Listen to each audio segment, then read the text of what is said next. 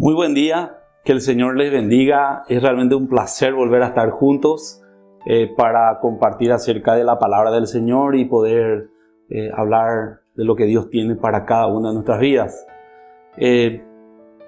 La semana pasada Isaías estuvo compartiendo con nosotros todo lo que tiene que ver con la conquista y las promesas que Dios tuvo para el pueblo de Israel a través de su siervo Josué. Y la palabra dice que no quedó ninguna promesa que el Señor haya hecho que no haya quedado firme. Dios cumplió todo y cada una de ellas. Y hoy quiero continuar hablando sobre este tema. Pero primero quiero pedirte que inclines tu rostro ahí donde estás. Y vamos a orar y le vamos a pedir al Espíritu Santo que nos hable y nos guíe conforme a su voluntad. Padre, te damos las gracias por la oportunidad que nos da de estar juntos. Algunos aquí en Paraguay, otros mirando desde otros países, en todo el globo terráqueo. Se está expandiendo tu palabra a través del internet. Tu palabra está siendo predicada y gracias por ser parte de ese mover. Y pedimos que tú hoy nos hables. Que tú hoy hables a cada corazón y a cada vida conforme a tu voluntad, porque tú tienes tu deseo y lo quieres cumplir en nosotros. Y por eso te agradecemos en el nombre de Jesús. Amén. Amén. Muy bien, quiero hablar con ustedes y quiero que hablen conmigo sus Biblias en el Salmo 138, en el versículo 8, un versículo bastante conocido. Y dice así la palabra de Dios: Jehová cumplirá su propósito en mí, tu misericordia, oh Jehová, es para siempre, no desampares las obras de tus manos.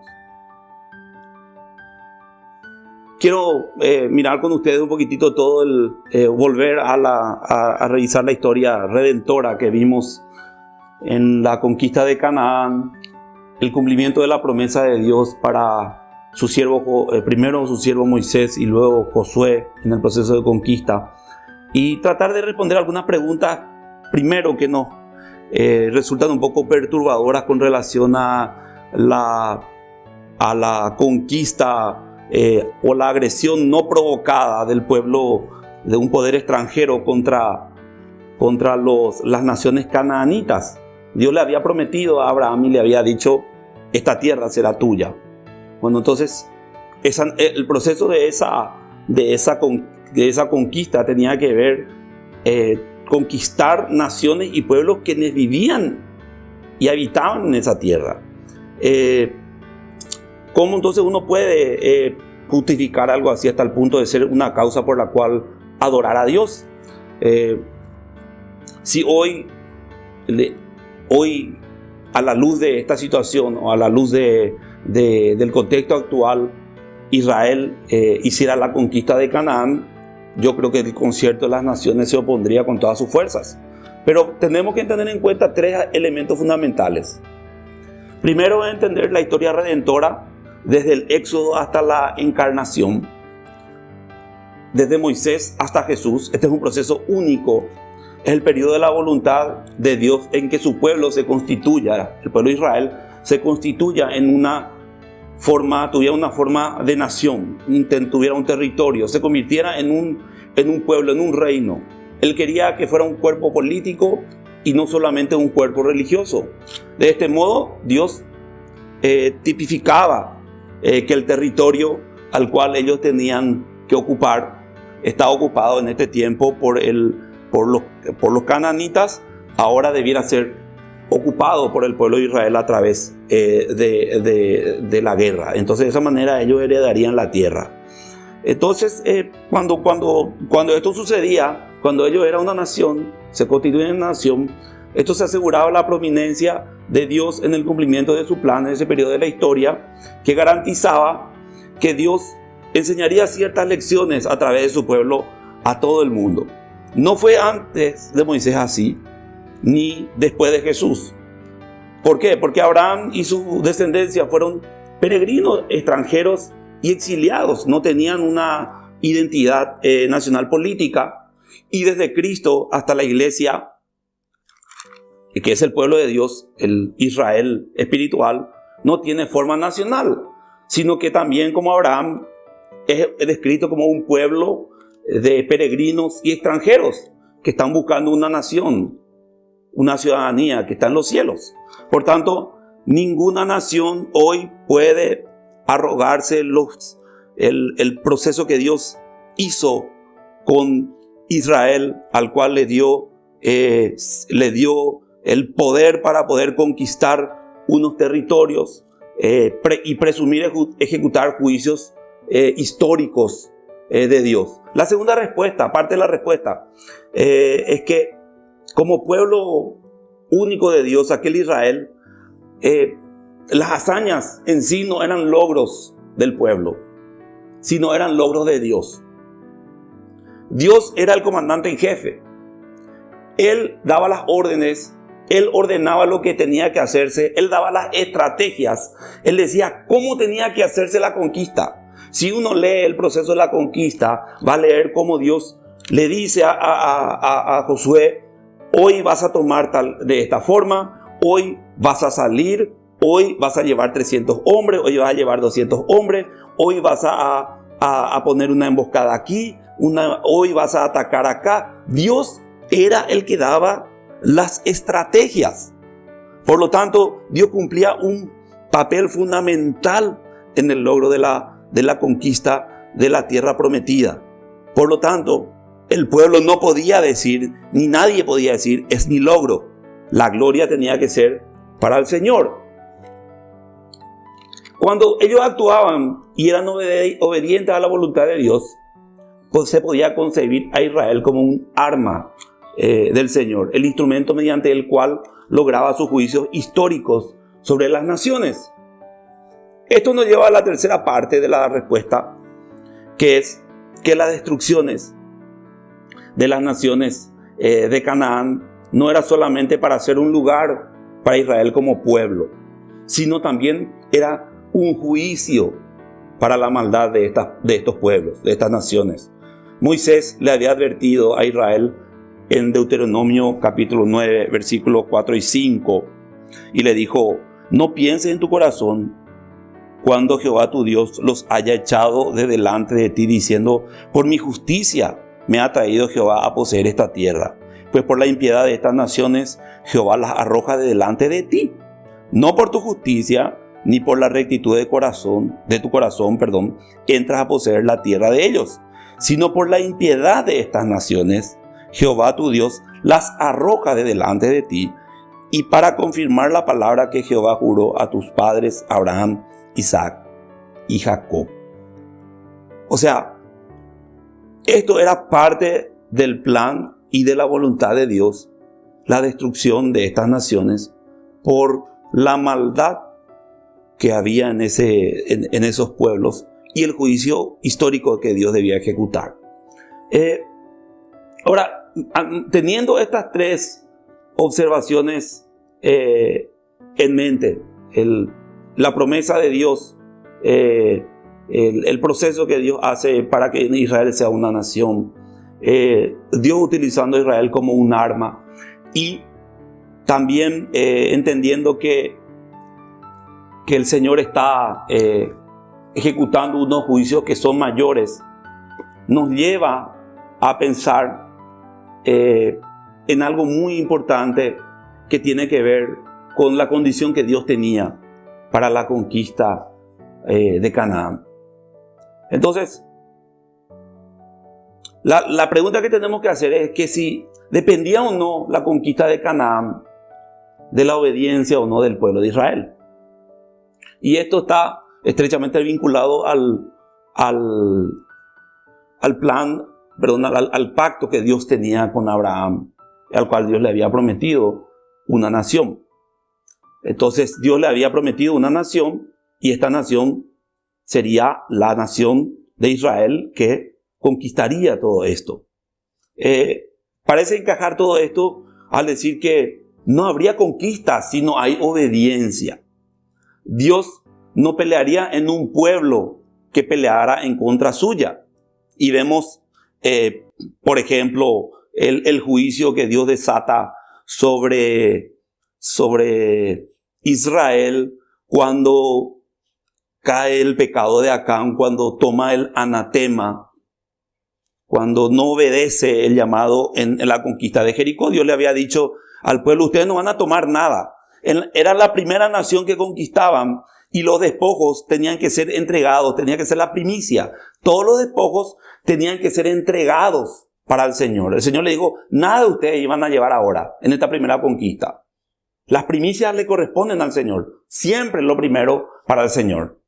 Y Acán desobedeció este llamado, a esta orden. Por lo tanto, cuando Dios empezó a llevarle a una segunda etapa, ellos cayeron en desobediencia y empezaron a perder. Perdieron una batalla contra Ai cuando fueron sin consultar al Señor, sin seguir las órdenes del Señor, hasta que Dios les mostró el pecado y pudieron entender que la cuestión no era la estrategia, que la cuestión no era las ganas, las fuerzas, sino que la cuestión era obedecerle y tenerle a Dios en primer lugar para que Él pueda dar la victoria. Y hoy se repite lo mismo. Si nosotros desobedecemos al Señor, si nosotros dejamos de lado a Dios, si nosotros no oramos a Dios, no vamos a tener las victorias que Él tiene preparadas para nuestras vidas. Así que hay un requisito muy importante para la conquista, y que es la obediencia.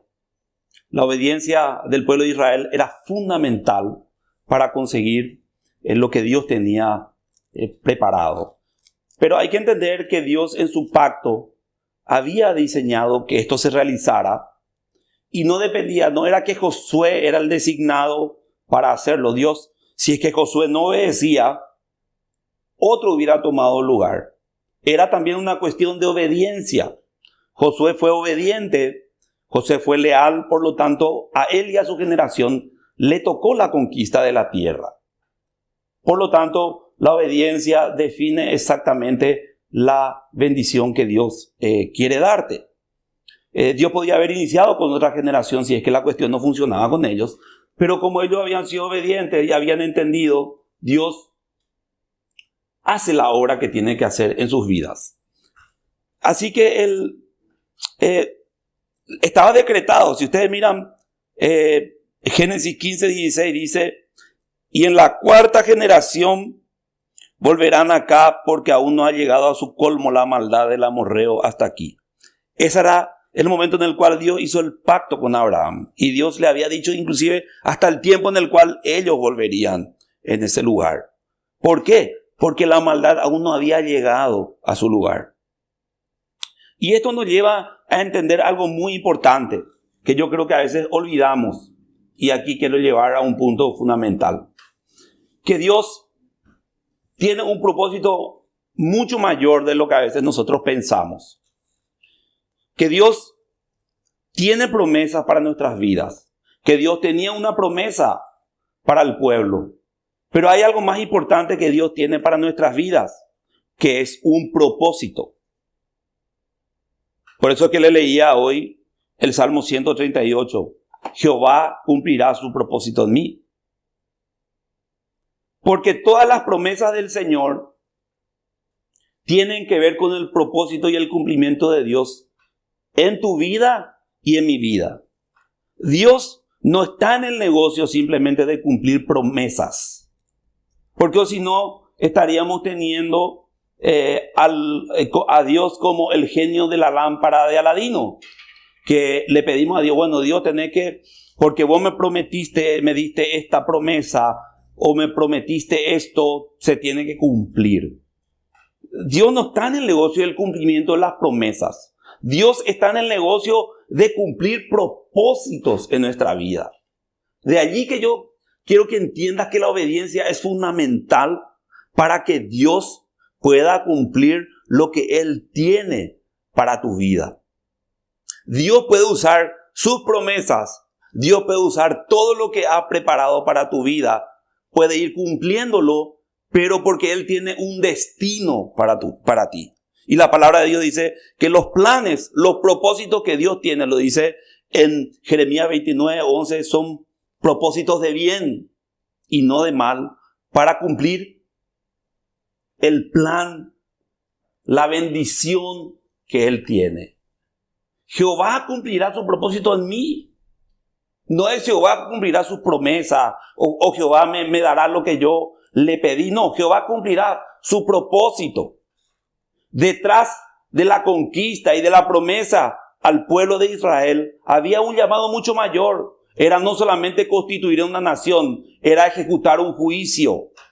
Era sacar a las naciones quienes eran desobedientes.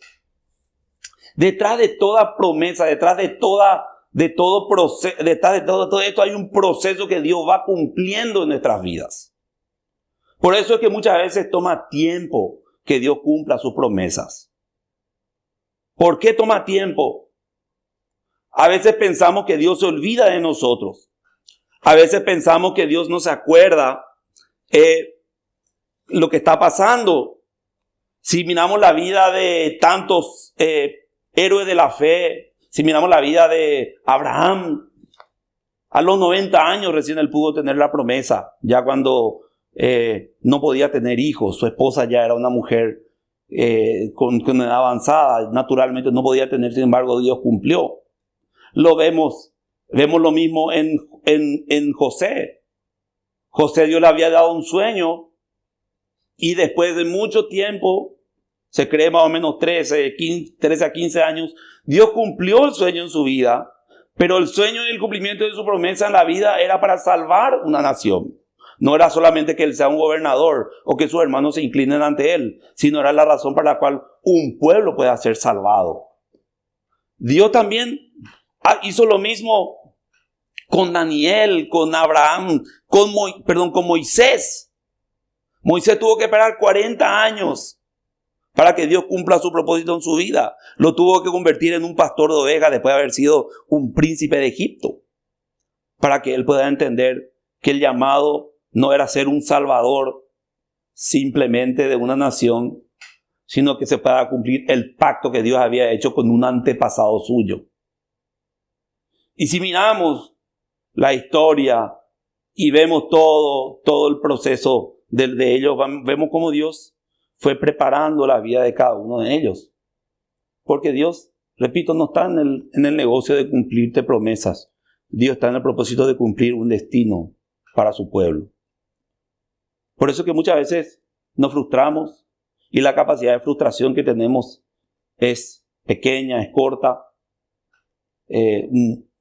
Vemos gente que se desanima, que deja los caminos del Señor, que dicen, no, esto no es para mí, apenas vienen los problemas, porque no entiende y muchas veces no comprende, y nosotros nos hemos enseñado que Dios lo que quiere es cumplir un propósito y un destino en tu vida, y todos nosotros somos parte de ese cumplimiento mayor de la promesa de Dios para su pueblo. A veces detrás o debajo del sol de la promesa de Dios se encuentra un desierto que tenemos que pasar. O de la brisa, de la bendición de Dios, viene seguido un fuerte viento o vientos de tormenta que tenemos que aguantar. Y decimos, pero ¿por qué pasa esto?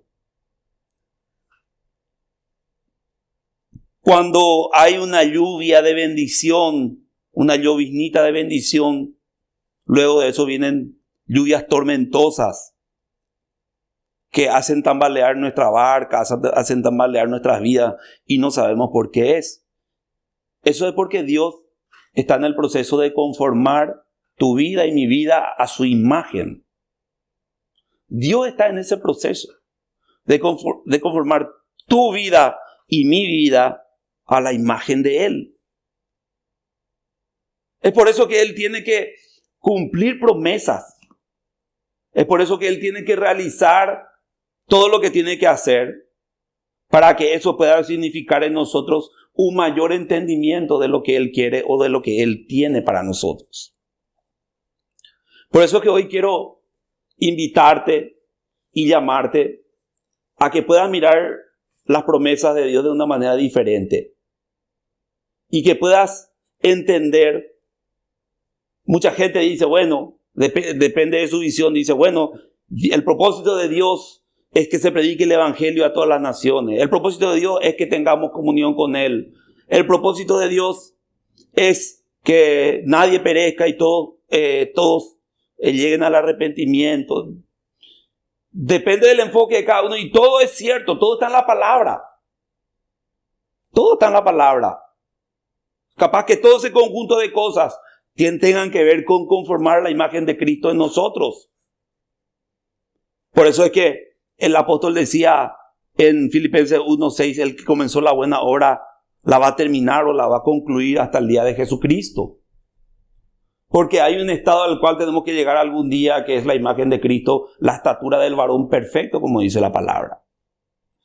Por lo tanto, Dios va a estar en ese proceso trabajando con nuestras vidas, trabajando con nuestros corazones, conformando cada uno de nosotros, conformándonos a cada una de nuestras vidas, para que nosotros seamos llevados a la imagen de Cristo, para que entendamos que Dios tiene un propósito mayor para tu vida. Y Dios tiene un propósito mayor para que tú cumplas dentro de su plan mayor. Él quiere salvar tu familia. Él quiere salvar tu comunidad. Él quiere bendecir este país. Él quiere alcanzar a los perdidos. Él quiere que otros le conozcan. Él quiere que otros la alaben. Él quiere hacer llegar su palabra a todo mundo, a todo lugar. Y tú eres parte de ese propósito. Por eso es que Dios tiene que cumplir la promesa en tu vida. Por eso es que Dios tiene que ir cumpliendo para que ese propósito se vaya cumpliendo. Así que yo te animo a que hoy dejes de mirar a un lado por un momento aquellos caprichos personales que tenemos, que creemos que Dios tiene que cumplirnos. Y miremos el propósito mayor que Cristo tiene, que Dios tiene en nosotros, que se conforme a la imagen de Dios en nuestras vidas. Y le vamos a decir al Señor, Señor, toma mi vida, toma mi corazón, llénala de ti.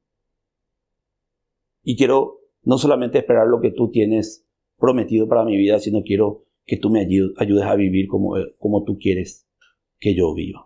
Así que te invito a que puedas orar conmigo estas palabras. Señor, te doy las gracias por la oportunidad de poder compartir tu palabra. Y te doy las gracias por la oportunidad de poder escuchar. Quiero abrirte mi corazón hoy. Quiero que tú entres a mi vida. El primer paso para conformarme a tu imagen es que tú limpies mis pecados, me laves de toda iniquidad y tú empieces un proceso de conformación de la imagen de Cristo en mi vida. Yo entiendo que tú tienes promesas para cada uno de nosotros. Yo entiendo que tú eres un Dios que hace pactos, que cumples lo que has prometido. Pero también entiendo que hay un proceso para eso, porque hay algo mucho mayor en tu soberanía que tú estás cumpliendo. Quiero someterme a esta soberanía. Quiero someterme a ese llamado mucho mayor. Quiero someter mis caprichos personales, mis deseos personales a ese propósito aún mayor en mi vida. Y te pido que tú me guíes para poder hacerlo. Te entrego todo lo que soy y pido que tu mano de poder esté guiando nuestros corazones y nuestras mentes en Cristo Jesús. Esto te pedimos. Amén. Amén. Y amén. Que el Señor te bendiga, que tengas una semana de mucha bendición. Y recuerda que el Señor está cumpliendo su propósito en tu vida.